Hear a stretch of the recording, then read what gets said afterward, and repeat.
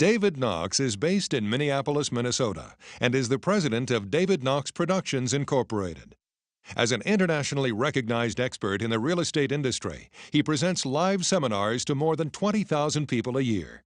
His 30 years of experience includes real estate sales, training, and the production of educational products for salespeople and homeowners. In this video, you'll learn how to sell your home for the most amount of money in the least amount of time. Now, here's David Knox. The purpose of this video is to help you decide a strategy for getting your home sold. Approximately 16% of owners sell their own home directly, and in this videotape I'll provide an overview of the process. Most sellers have the following objectives when selling their home. Net the most amount of money. The main reason owners try to sell their home is to save the commission in expectation of achieving a higher net from the sale. Sell in the shortest amount of time. It's important to sell quickly so you can move as a family, start the next job, finalize your plans, and get settled in your next home. Accomplish this with the least inconvenience. Between cleaning, preparation, open houses, and showings, there's a lot of activity. You want the disruption of your lifestyle minimized. Progress evaluation. Sellers want to know the effectiveness of their marketing, the progress of their sale, feedback from prospects, and assurance of a final closing date. I'll help you determine the best way to achieve each objective. First, let's acknowledge some challenges. Based on interviews with sellers, these are the most common challenges they faced when selling their own homes. Establishing the asking price. You can usually learn asking prices of other homes through the newspaper and internet, but market value is based on sold prices, which are more difficult to attain. Dealing with unqualified prospects. Without the ability to pre-qualify prospects, sellers feel that they waste a lot of their time with lookers. Getting emotionally involved. Without an objective third party, the negotiating process may become a battle of egos. Dealing with real estate agents. You may have already discovered that real estate agents will contact you to offer their services. Hopefully you'll find them to be courteous and helpful. Use this as a chance to ask questions and interview possible agents should you decide to hire one later. Good morning. I'm Melanie with David Knox Real Estate. I see you're selling your house. Yeah, we're planning on selling it by ourselves. Oh, and how's it going?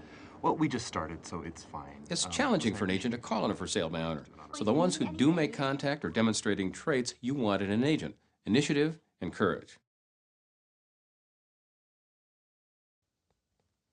There are three major processes that occur in the sale of a home: marketing, selling, and closing. These steps are executed in every transaction, whether sold by a real estate agent or an owner. In a normal market, the marketing will take 3 to 12 weeks. Negotiating the sale could take a week, and closing takes 4 to 8 weeks. So the total time can range from 8 weeks to 4 months.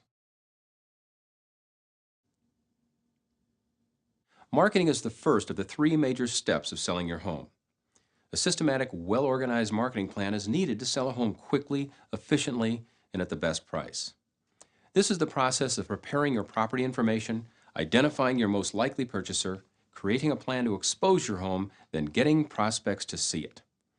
There's a lot more to do than advertising in a newspaper and putting a for sale sign in the yard. However, because buyers are curious, you can be assured of some activity. This chart illustrates the activity on a home for sale over time. It begins slowly as people learn about the home, then peaks. Because most of the activity occurs in the early weeks of marketing, it is important that you be ready with the right price, condition, and sales tools. Some owners sell by owner because they're not ready to move. Don't let your lack of urgency cause you to miss the early opportunities. You'd be better off waiting to market your home until you're ready to accept a purchase agreement. Most municipalities require that sellers disclose to the prospective buyer condition of the home and all its systems. Many buyers will have your home privately inspected as a term of the sale and can cancel the contract if major flaws are discovered. So it would be prudent for you to have an inspection done first so you can make necessary repairs before a buyer sees your home. The first step of marketing is to organize your home's information into a feature sheet for the buyer. It should incorporate the following items: inclusions and exclusions, that is, personal property that either goes with the home or stays with you. Property information such as taxes, lot size, building age, building size, rooms, and dimensions. You must also identify why someone would want to buy this home and provide features and benefits of your home and the neighborhood. Perhaps the most important element of marketing is having your home priced right. Price it too low and that's an obvious loss. Price it too high and your home doesn't sell. Buyers today are extremely sophisticated and have access to market information via the internet. They can research the price of things before they buy. Think about how much research you put into buying an item like a VCR. Then imagine how careful buyers will be with the largest purchase they'll ever make. You must have the right price from the start. Appraisers and real estate agents estimate value by examining the prices of homes recently sold, those that are presently for sale, and those that have expired unsold. Location and size can account for up to 90% of a home's value, so be sure to find homes that compare favorably in those key areas. The solds are the most important information you'll have, and they set the bottom of the market range. Those homes for sale are your competition. You can't expect to sell for too much more than your competition. The prices of homes expired represent prices that are out of range. If your home is priced where those expired, then yours will remain unsold as well. This chart illustrates the importance of pricing your home within the market. Most buyers establish a price range to stay within. They look up to that range, maybe just a little bit over, but after that they stay back in the range. If your home is priced within this range, they will see your home and become prospects for it. If, on the other hand, your price is above this range, your home becomes invisible to your best prospects. A higher price will, however, attract people in that higher range with higher expectations. When they see your home, they'll find a home of a lower value and lose interest. So it's important that your home be priced within the range of value right away. Once you've established your asking price, you're ready for the next major step, which is to target your market. Before you design a marketing plan, you must know who is going to buy your home and where to find them. First, determine the income of the buyer. This, of course, is a function of your asking price. Your best source of this information is your local mortgage lender, who will help you determine the most likely financing, the cash required, and the income necessary to purchase your home. Next, anticipate their demographics. What is their present housing situation? What is their marital status and family situation? What is their age? What are their interests and hobbies? You can estimate the price range of their present home by using a National Association of Realtors statistics that shows buyers typically pay 50% more for their next home. Divide your home's value by 1.5 to get the range. For example, if your home is worth $240,000, dividing it by 1.5 equals $160,000. Once you've identified your prospects, you must tailor a marketing plan to reach them. Write advertising that will attract good prospects, then select the medium which will give you the best results. Now, the headline accounts for 80% of the impact of an ad, so focus on your key feature. You may be able to anticipate the neighborhoods in which they presently live and direct your marketing efforts to those areas. If you have an email list, send the photo and information to these people and suggest they forward it to others. Another major factor to consider is the likelihood of your buyers having a home to sell. Now, hopefully they will have sold their home and be ready to buy yours. But if not, they may have to purchase your home contingent upon selling theirs. Now you have a domino effect where your move is dependent upon another sale. Consider these questions. How likely is it that my buyers will have a home to sell? Would you sell your home contingent upon another sale? If you did accept a contingency, would you want them to sell by owner or list with a real estate agent? The next step is to expose your home to the market. Here are some things you can do in that regard. For sale sign on the property is the most basic level of marketing. 36% of buyers first learn about a home for sale this way. You can also provide feature sheets for prospects to take from a brochure box on your sign. Classified advertising is your next source of business. Be sure that your headline, which accounts for 80% of the interest, sells the best feature of your home. Open houses are a great way to attract prospects who wouldn't otherwise see your home. Consider having one open house a week. Use a guest registry to get names and phone numbers. This is also important for security purposes. Direct promotion includes items like open house flyers, brochures, direct mailings, special publications, and any form of target marketing to specific groups of prospects. The more expensive or unique a property, the more important this is. Use your own sphere of influence. Holiday card lists and work associates can be good groups of people to contact. Consider mailing a feature sheet to them. Once your home has been on the market, it is important to continue to watch the market for new offerings and solds. You need to do a market positioning update. This will tell you whether to adjust your price for your marketing. The purpose of marketing is to generate activity on your home. If successful, you will generate a prospect to whom you will attempt to sell your home. When a prospect arrives, your home must be prepared for showing because you don't get a second chance to make a good first impression. Condition is one of the most critical elements of securing a high price in a short time. People buy on emotion, then decide on logic. You must enhance the features that create positive feelings and reduce the distractions that create negative feelings. Use the 5 human senses of sight, sound, taste, touch, and smell as a framework for preparing your home. These are the paths to human emotion. Be sure your home is bright and visually appealing. Remove clutter and excess furniture. Listen to the sounds you hear that could be distractions and remove them. Appeal to taste by having a spotless kitchen. Appeal to touch by having surfaces clean and drawers and doors that open smoothly. Now, smell is the most powerful way to create emotions, both good and bad, so pay special attention to odors from cooking, smoking, and pets. If there are any items of personal property that could be construed as fixtures and you'd like to keep them, remove them now. These items include bookcases, chandeliers, and mirrors. Before open houses and showings, be sure to remove valuables. Finally, one of the best ways to analyze condition is to have an objective third party through your home to give you honest feedback. There are videotapes that address this topic in greater detail and are available from real estate agents.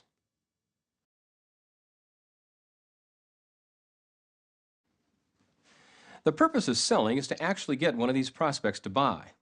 Soon you'll get a response to your marketing and make an appointment to show your home. Many buyers are impulsive and want to see it right away, so you must be ready. Okay, well, when would you like to see it? Today? Okay, great. What time would be good for you? Great. 3's fine. Good. Hi, come in. Hi.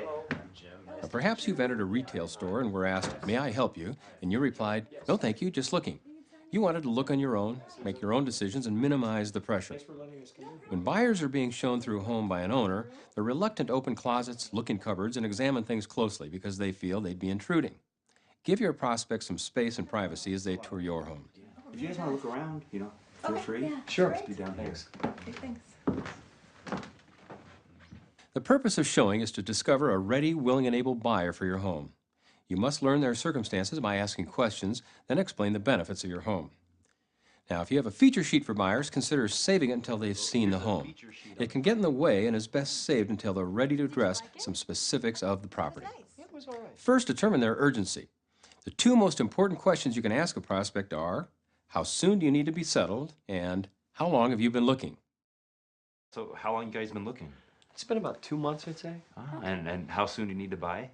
We're really not in a hurry. If they aren't in a hurry or have been looking forever, then they may not be good prospects for you. Now, if they've just started looking and need to move soon, then continue probing. Here are some questions that determine their situation and ability to buy. What attracted you to this home?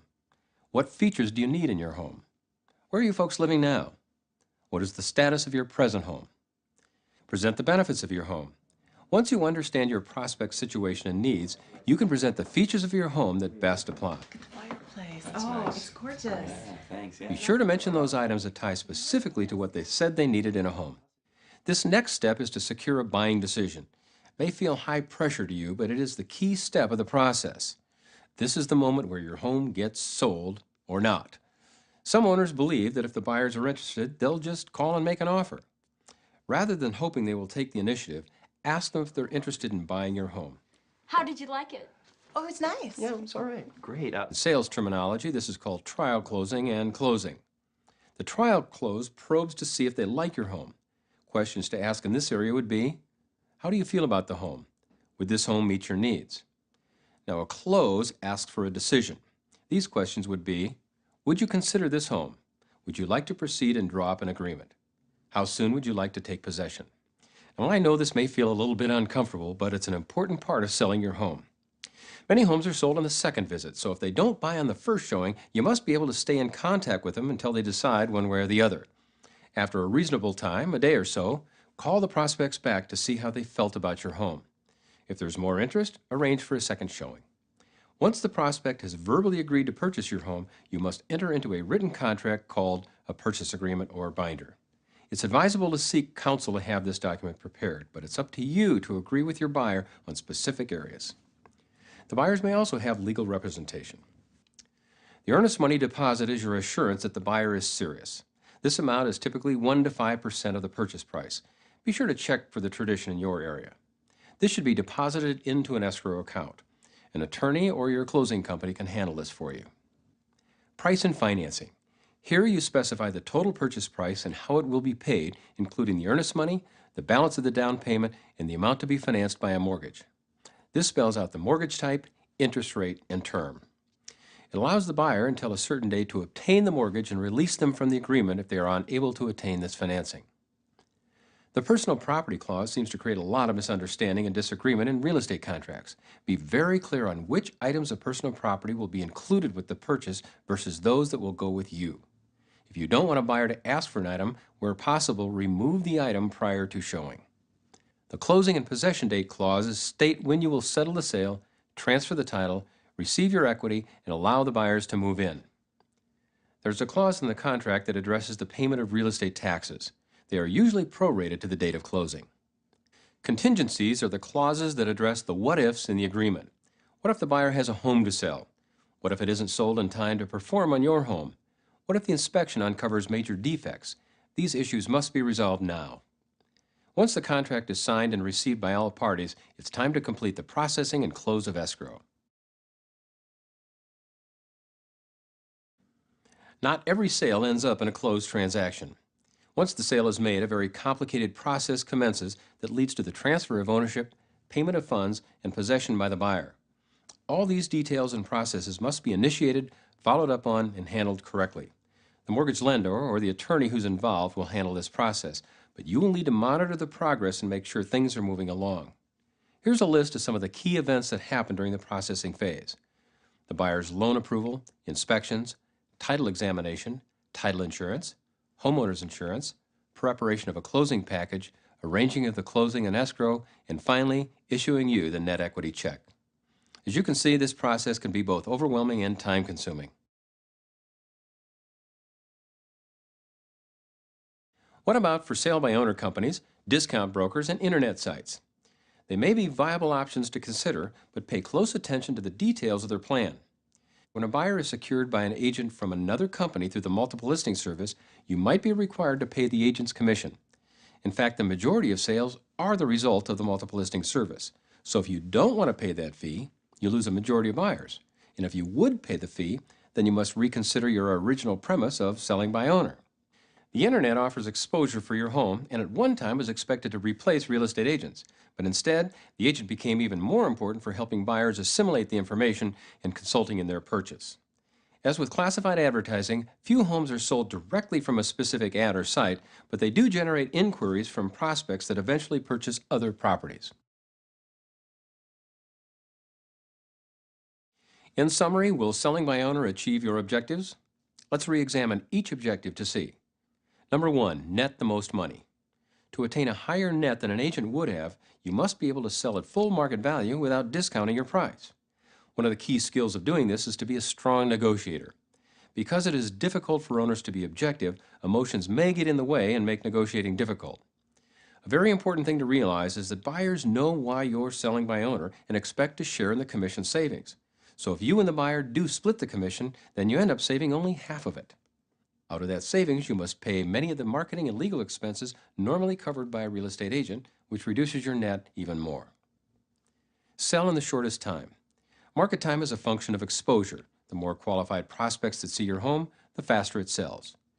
One of the ways some owners have sold faster than a real estate brokerage was to discount their price, which works against the objective of obtaining the highest net equity. Least inconvenience. Most of the inconvenience of selling your home relates to preparing your home for showings. The initial work required to put your home in showing condition will be your responsibility whether you sell it yourself or through an agent. The way an agent does help is to direct the staging process and limit the showings to only qualified buyers. Progress evaluation. Owners want to know what is happening at all times. They want to know how the buyers feel about the home, if they want to buy it, or how the financing is progressing at any time. Hi, I was just calling to follow up. What did you think of the house? Because you won't have an agent to give you reports, you'll have to analyze your own progress and manage this yourself. Here are some questions to consider. How are you attempting to attract buyers? How many showings have you had? Are the buyers financially and emotionally ready to buy? Do any of your prospects need to sell first? Have you received any written contracts? What price, terms, or possession dates do they want? Selling your own home is a considerable challenge, and when you take it on, you don't so much save the commission as much as you earn it. Use the information in this video to develop a marketing plan. Then take it a step at a time, and remember, it's okay to involve the services of a professional at any time that you feel it's appropriate. The agent who gave you this video took the initiative to offer his or her services, so invite them to present their marketing plan. Thank you for taking the time to watch this. I wish you success in the sale of your home.